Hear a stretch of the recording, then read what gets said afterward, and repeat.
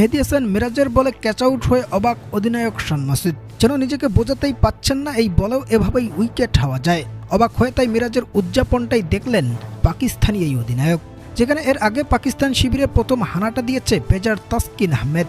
ইনিংসের শুরুতে যখন পাকিস্তানের সংগ্রহ মাত্র 22 রান, তখন তাসকিন আহমেদের অসাধারণ এক গতিময় ডেলিভারিতে বোকা হয়ে যান আবদুল্লাহ ফজল। ক্যাচ তুলে দেন উইকেট রক্ষক লিটন দাসের গ্লাভসে, যে ক্যাচ অনেকটা পাখির মতো উড়ে গিয়ে তালুবন্দিও করে নিয়েছেন লিটন দাস। ফলে মাত্র 9 রান সংগ্রহ করেই সাজঘরের পথে হাঁটতে হয় পাকিস্তানের প্রথম ওপেনার আবদুল্লাহ ফজলকে। এরপর আবারও দ্বিতীয়বারের মতো পাকিস্তানের দুর্গে হানাটা দিয়েছেন তাসকিন আহমেদেই। এবার আরেক ওপেনার আজান ওয়াইসকে ফিরিয়ে দিয়েছেন সাজঘরে। তাসকিনের দুর্দান্ত ডেলিভারিতে মমিনুল হকের হাতে তালুবন্দি হয়ে যান তরুণ এই পাকিস্তানি ব্যাটার।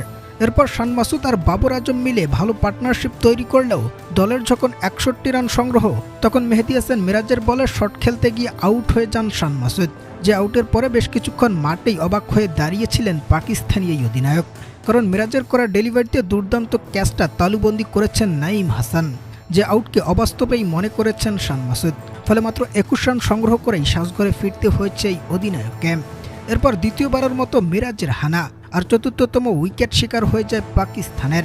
সাউথ শাকিলকে মাত্র 8 রানেই সাজঘরে ফিরিয়ে দিয়েছেন মিরাজ। ফলে মাত্র 79 রানে 4 উইকেট হারিয়ে দিশেহারা হয়ে পড়ে পাকিস্তান, যেখানে দ্বিতীয় টেস্টের প্রথম দিনে বাংলাদেশের হয়ে মহাকাব্যিক এক ইনিংস খেলে গেছেন লিটন দাস। তার একার 126 রানের উপর ভর করে 278 রানের সংগ্রহ পেয়েছিল বাংলাদেশ।